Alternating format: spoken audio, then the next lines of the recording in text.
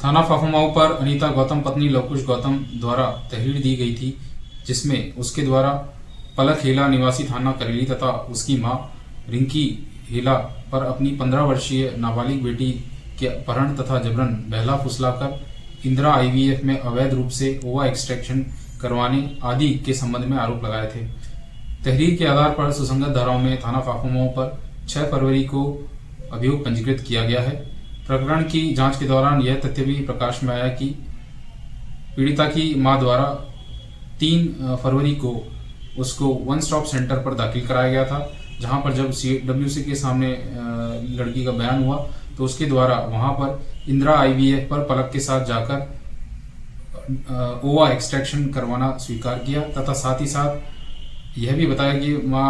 उसकी मां के द्वारा उसको परेशान किया गया था तथा घर से निकालने का आरोप भी लगाया था। इस संबंध में और गहनता से जांच करने पर यह भी जानकारी प्राप्त हुई कि नाबालिग पीड़िता पलक निवासी करेली के साथ वेट्रेस का कार्य किया करती थी तथा पलक और उसकी मां रिंकी द्वारा उसको पैसों का प्रलोभन देकर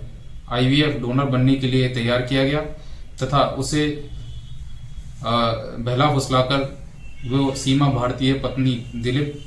भारतीय के पास लेकर गए, जहां पर उसके द्वारा अपने बेटे हिमांशु भारतीय से पीड़िता का फर्जी आधार कार्ड तैयार कराया गया, जहां पर उसको बालिग तथा विवाहित दर्शाया गया था।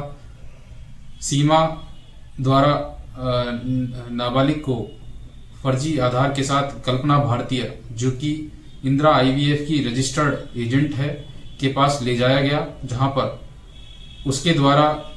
नाबालिग पीड़िता का फर्जी कंसेंट एफिडेविट तैयार कराया गया। तत्पश्चात 20 जनवरी 2026 को इंदिरा आईवीएफ पर इनके द्वारा फर्जी कागजात के आधार पर ओवा एक्सट्रैक्शन करवाया गया था। इन सब तथ्यों के आधार पर प्रकरण में पुलिस द्वारा अभी तक पलक, रिंकी, सीमा, हिमांशु तथा कल्पना को फर्जी डॉक्यूमेंट तैयार करने तथा नाबालिग को फर्जी बालिग दर्शाते हुए उसका ओवा एक्सट्रैक्शन कराना, जो कि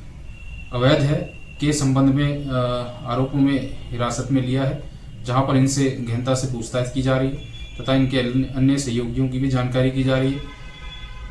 उक्त सभी आरोपियों को गिरफ्तार कर जेल भेजा जाएगा तथा